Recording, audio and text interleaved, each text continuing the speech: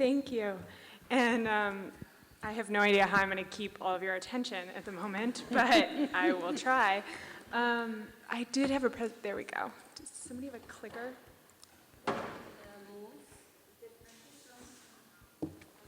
Well, I'll just start by saying thank you so much to all the organizers for bringing us together today. It's been such a wonderful experience hearing from all of you. Thank you. No worries. And hearing your stories and your perspectives has been truly inspiring, so thank you. My name is Vaughn Bagley, and I represent a non-governmental organization called the International Center for Missing and Exploited Children. The center works to empower and equip the global community to protect children from sexual abuse, exploitation, and abduction. ICMEC looks to highlight the shared experiences between missing children and those who have been sexually exploited. While many of you probably understand these overlaps and see them in your daily work, I would like to explore some of the links with you today and highlight exactly how the International Center is working to protect the world's children.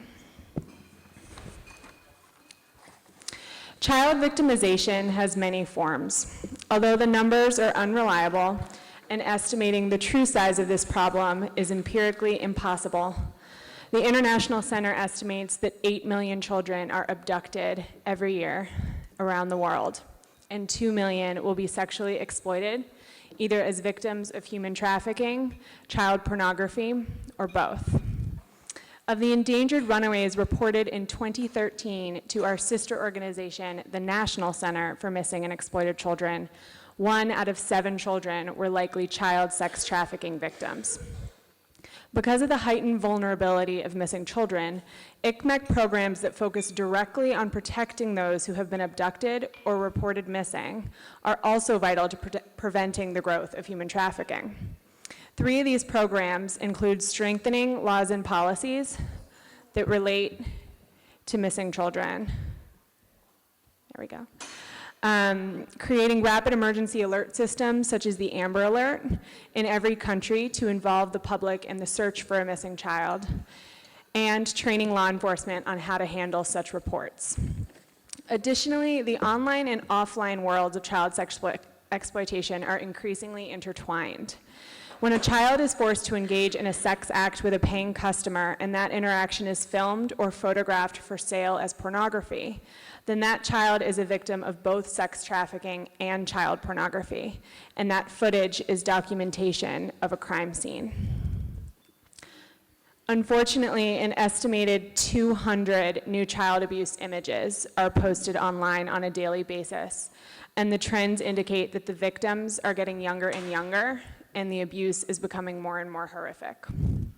At the International Center, we believe in attacking this problem from many angles, but always with an eye on staying ahead of the cutting-edge nature of these crimes. While ICMEC has a number of focus areas, there are 2 key areas of work that are particularly relevant to the fight against child sexual exploitation and human trafficking. The first focuses on targeting the economics of the child sexual exploitation industry and aims to stop predators in their tracks before either the child or his or her images are sold. The second examines the health repercussions of child sexual exploitation on individual victims and indeed on society as a whole. Through both the economic and health lenses, the International Center and its partners have recognized the need to follow the industry and create sustainable solutions that can adapt to the changing landscape. When the International Center was founded in 1998, the appearance of child sex trafficking was considerably different. Back then, a police officer could go to the red light district at 2 o'clock in the morning and find a number of young underage girls selling their bodies for sex.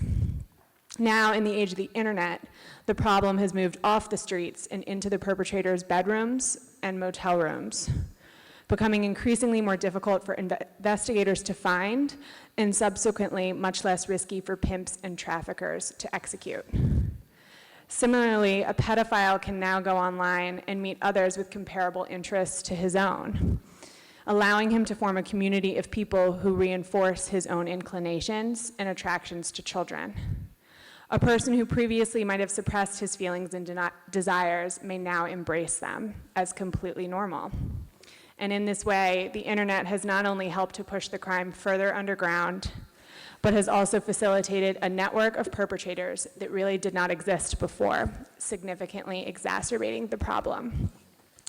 In order to diminish the ease and speed with which child abuse images can change hands within these newfound networks, in 2006, the International Center partnered with the US-based National Center and a number of major banks, credit card companies, and electronic payment networks to form something called the Financial Coalition Against Child Pornography. Today, the coalition has members that make up 90% of the United States payments industry, aiming to eliminate the ability of traders and buyers to purchase child pornography by stopping them in their tracks, heavily decreasing the spread of this illegal content.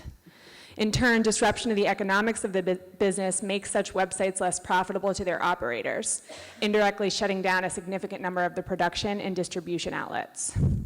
The coalition has expanded to Europe and Asia, where our Asia-Pacific Financial Coalition just this year led 2 country-specific roundtables in New Zealand and Australia with the goal of bringing leaders together to craft solutions that are harmonious with local laws and customs. In Europe, there have already been a number of success stories. In 2012, the police in a small town outside of London acted on a tip and raided the home of a local resident, finding hundreds of images and videos of prepubescent boys on his personal laptop. With the help of Western Union's analysis of the man's payment data, the bank and the local police were able to work together to track the money, and just this past summer, 29 traffickers and pedophiles across the globe were arrested in connection with this case, and 15 victims were rescued. However, the success of these efforts may be fleeting. While credit card payments for child pornography on the public internet have plummeted since the Financial Coalition began, many distributors have moved their businesses underground and begun using digital currencies such as Bitcoin and anonymous wire transfers. As material moves to more clandestine areas of the web, child pornography and human trafficking become even more difficult for law enforcement to track, and subsequently much less risky for traffickers and Johns alike. For this reason, the International Center has followed the problem again and begun addressing the challenges associated with the digital economy. In order to engage a worldwide policy debate about the advantages and threats associated with this newfound economy, we've partnered with Thomson Reuters to create the Digital Economy Task Force and released our first report this year. The last collaborative initiative I'd like to highlight is the International Center's Global Health Coalition. A 2010 Mayo Clinic study found that a history of sexual abuse in childhood can be associated with suicide attempts, PTSD, depression, eating, and sleep disorders. It has also been proven that sexual violence and exploitation at a young age changes the actual physical makeup of a child's brain. For these reasons, in 2011 at the Roman Senate, the center brought together healthcare institutions and industry experts from around the world, including representatives from the Vatican. With the creation of the Declaration of Rome, we started to look at the issue as not merely a human rights violation, but as a growing public health crisis. And a year later, the International Center created the Global Health Coalition in the hopes that we could reframe the way society conceptualizes this problem and change the way the world responds to the issue. All 3 of these targeted programs, the Financial Coalition, the Digital Economy Task Force, and the Global Health Coalition, represent crucial public-private partnerships that are changing the ways in which we fight this issue. While it is obvious that we each work best within our own core competencies, it is vital that we create multidisciplinary, multi-jurisdictional approaches to these problems. By uniting members of every relevant sector, from government and nonprofits to private corporations, we will be able to maximize our resources and bring diverse perspectives to the table. That is where we as global citizens can come in. Those who perpetrate human trafficking do so with no regard for barriers, boundaries, or borders, so we must be equally committed to doing the same. So my first recommendation is that we mobilize our communities. First and foremost, we must educate and inspire our neighbors. Victims of trafficking come into contact with ordinary citizens every day, and yet we are not educated enough to recognize them and help them escape. For this reason, in every program that the International Center facilitates, we begin with an education piece, which is important not merely for raising awareness, but for ensuring that all participants understand the role of their partners. So while the International Center brings various organizations and industries together, it is our responsibility as individuals to start with our friends and our family members and invite them to join the conversation. We need to teach them about the existence of trafficking in their communities because it is that understanding that will breed empathy. Give them tangible ways that they can help spread the word. Offer a list of local organizations they can donate money to or volunteer with. Get a group together and start a crowdfunding campaign for local anti-trafficking nonprofits. Second, start the conversation and listen to the survivors. We've already heard from a lot of survivors this weekend, and it is their perspective that will really add to how we perceive trafficking and really touch on what the overall message needs to be moving forward. Prior to my involvement with the International Center, I served as a paralegal in the Brooklyn District Attorney's Office, Human Trafficking Bureau. There I saw firsthand the enslavement of girls in my own country, oftentimes in plain sight. But many of them, even after they were rescued, went straight back to their perpetrators. While this can be a symptom of psychological trauma, often known as Stockholm Syndrome, it is also a result of a lack of options. Many businesses will not employ these survivors due to their criminal records, and many schools won't accept them, and domestic violence shelters often refuse to take them due to the stigma associated with the profession, and they are left right back where they began. And so that is where we come in. We must eliminate that stigma associated with sex trafficking, one community at a time. But the only way to do that is to speak openly about the issue.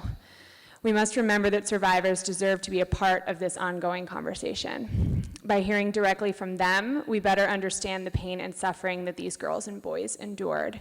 And as a society, we can no longer judge them. Lastly, my third recommendation is to petition your legislators. We must ask our political candidates what they plan to do about this issue. By demanding awareness and policy change of our political leaders from the start, we can convince them that not only is the exploitation of our world's most innocent members more than worthy of our global embrace, but that turning a blind eye on this issue undermines our shared security and our shared prosperity. So I leave you with an important challenge. Tomorrow, many of us will return back to the communities that we serve. You and the individuals sitting around you, myself included, are in unique positions. We've been given the opportunity to bring people, families, and communities into this effort and to educate them about the human rights offenses going on in their backyards. Human trafficking and child sexual exploitation know no boundaries, and it is only when people recognize that they are a part of this and demand accountability from their governments that political leaders will actually feel the pressure to hold true to their commitments. The International Center has consistently recognized the immense need for cutting-edge solutions to this problem. So please join us, partner with us, help us think progressively about the next frontier for combating child sexual exploitation. This fight should not only involve us, people who have devoted their lives to protecting children, but also those ordinary citizens who feel removed from this issue. It's our job to make sure that they know they are not removed at all and find ways to illuminate that this is a crime that touches every city and locality across the globe. Child exploitation should not be a partisan issue. It's just a human issue. Thank you.